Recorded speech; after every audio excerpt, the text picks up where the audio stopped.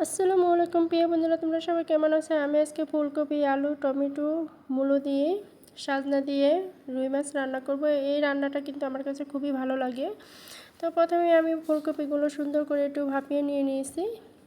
তো এবার আমি রান্নার কাছে চলে আসলাম। চুলায় একটা প্যান বসিয়ে তেল দিয়ে এবার পেঁয়াজ কুচিগুলো দিয়ে দিচ্ছি এক এক করে।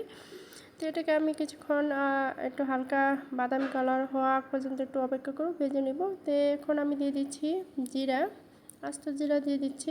এই জিরাটা তোমরা চাইলে স্কিপ করতে পারো, কিন্তু আমার কাছে ভালো লাগে, ভালো একটা ফ্লেভার আসে। সাথে দিয়ে দিচ্ছি হালকা পরিমাণে একটু দারচিনি আর রান্নার সব মশলাগুলো দিয়ে দিচ্ছি। এবার আমি এটাকে হালকা ভেজে নিব। মশলাটাকে একটু ভেজে নিলে দেখা যায় যে রান্নার টেস্টটা বেড়ে যায়। এখন দিয়ে দিচ্ছি হালকা পরিমাণে পানি। তো এটাকে আমি সুন্দর করে কষিয়ে নিব।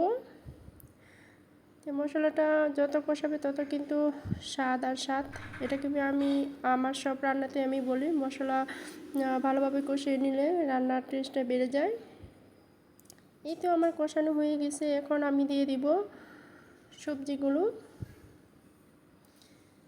এই তো সবজিগুলো দিয়ে দিচ্ছে। আর আমি এই রান্নাটা কিন্তু করেছি সাজনা দিয়ে। তো সাজনাটা কিন্তু আমি ফ্রোজেন করে রেখে দিয়েছিলাম। তো এটা আমি কিছু কিছু করে মাঝে মাঝে বের করে সাজনা দিয়ে তরকারি রান্না করি। আমার কাছে খুবই ভালো লাগে সাজনাটা।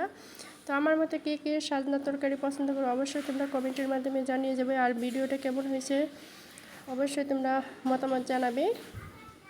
এই তো সবজিগুলো কষানো হয়ে গেছে। এখন আমি দিয়ে দিচ্ছি ফুলকপিগুলো। তো এটাকে আমি আরও ভালোভাবে একটু মিশিয়ে নিব। মশলার সাথে সুন্দর করে মিশিয়ে নিচ্ছে। আর এতক্ষণে যারা আমার ভিডিওটা দেখা শুরু করেছে প্লিজ তোমরা একটা লাইক দিয়ে পুরো ভিডিওটা দেখে যাবে। আর যারা নতুন আছে তারা কিন্তু আমার চ্যানেলটিকে সাবস্ক্রাইব করে দিবে। অবশ্যই তোমরা আমার পাশে থাকবে। এই তো আমি সাজনা দিয়ে দিচ্ছি। এখন দিয়ে দিচ্ছি ঝোলের জন্য পানি। এখন আমি এটাকে ঢেকে দিচ্ছি কিছুক্ষণ আর একটু রান্না করে নিব। এই পর্যায়ে আমি দিয়ে দিচ্ছি এখন যেহেতু ঝোলটা ফুটে উঠেছে, এখন আমি দিয়ে দিচ্ছি মাছ। এই রুই মাছটা কিন্তু ছোটো সাইজের, বেশি বড় না, মিডিয়াম সাইজের। এটাকে আমি এখন দিয়ে দিচ্ছি। এটাকে আগে থেকে আমি হালকা ভেজে নিয়ে নিয়েছিলাম, এখন দিয়ে দিচ্ছি।